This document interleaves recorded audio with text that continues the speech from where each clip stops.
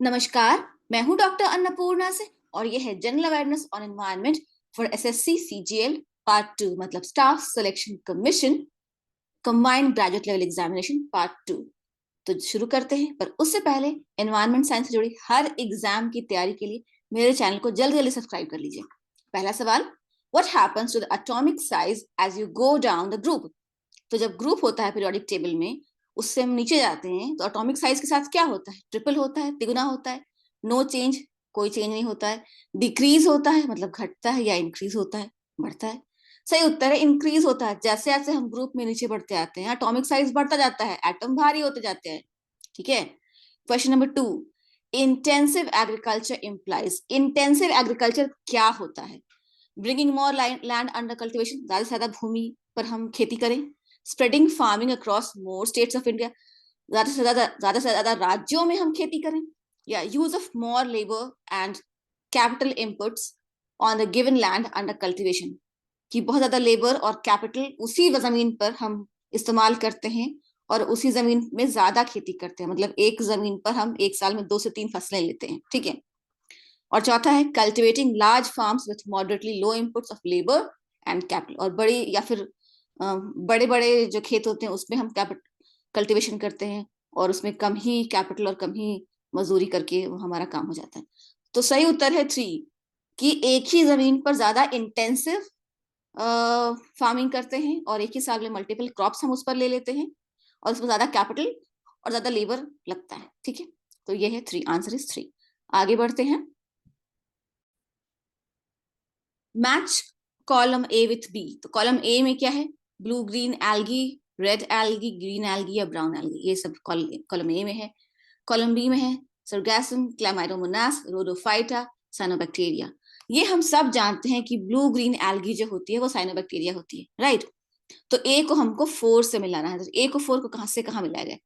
Option 2 में, तो option 2 ही सही होगा। तो बाकी को देख लीजिए कैसे मिलाया है। बी को 3 से मिलाया है, रेड एल्गीज रोडोफाइटा। सी को 2 से मिलाया है, ग्रीन एल्गी इज क्लोमाइडोमोनास, ये भी हम जानते हैं। और brown algae D is sargassum, D को 1 से। ठीक है। तो आंसर होगा 2। आगे बढ़ते हैं। Question number 4, which group of reverse is a part of the peninsular drainage system? तो पेनिनसुलर ड्रेनेज सिस्टम क्या होता है? पेनिनसुलर इंडिया वो होता है जो पानी से 3 तरफ से घिरा हुआ है, तो वो होता है सदर्न इंडिया। ठीक है। तो गंगा यमुना तो नॉर्थ इंडिया के रिवर है, तो ये तो नहीं होगा। गंडक और घाघरा भी नॉर्थ इंडिया के रिवर है, और दामोदर और शारदा भी नॉर्थ इंडिया के रिवर है। सिर्फ महानदी और गोदावरी ये साउथ इंडिया की रिवर्स हैं, और साउथ इंडिया ही पेनिनसुलर इंडिया है। तो आंसर होगा 2 यहां पर भी। ठीक है। Question number 5, what helps making the acidic food alkaline that is coming from the stomach? तो पेट में जो होता है वो खाना जो होता है एसिडिक हो जाता है, उसके बारे में हम भी बात करेंगे क्यों। पर पेट से जो खाना आता है और उसमें जो फर्दर खाने को अल्कलाइन करने के लिए जो जूस डाला जाता है वो कौन सा जूस होता है?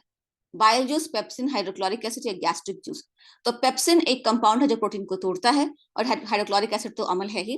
तो पेप्सिन और हाइड्रोक्लोरिक एसिड दोनों गैस्ट्रिक जूस का पार्ट होता है जो पेट में होता है, तो ये सब एसिडिक चीजें हैं। बाइल जूस एक चीज है जो कि लिवर से प्रोड्यूस होता है और वो फूड को एल्कलाइन कर देता है, ठीक है, फर्दर डाइजेशन के लिए। ठीक।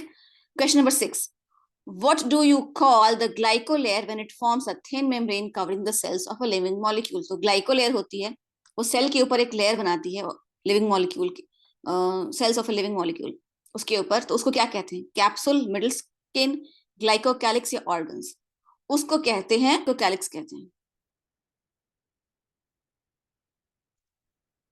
अगला सवाल, why does most parts of India receive rainfall from June to September?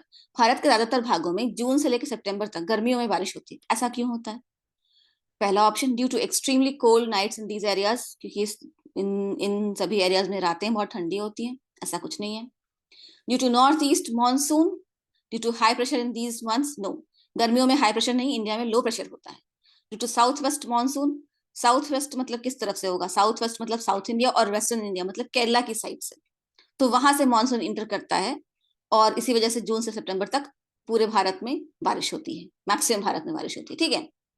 Question number 8, doctor D S Athwal was known as the father of dash revolution in India. Doctor D S Athwal को भारत में किस revolution का जनक कहा गया है?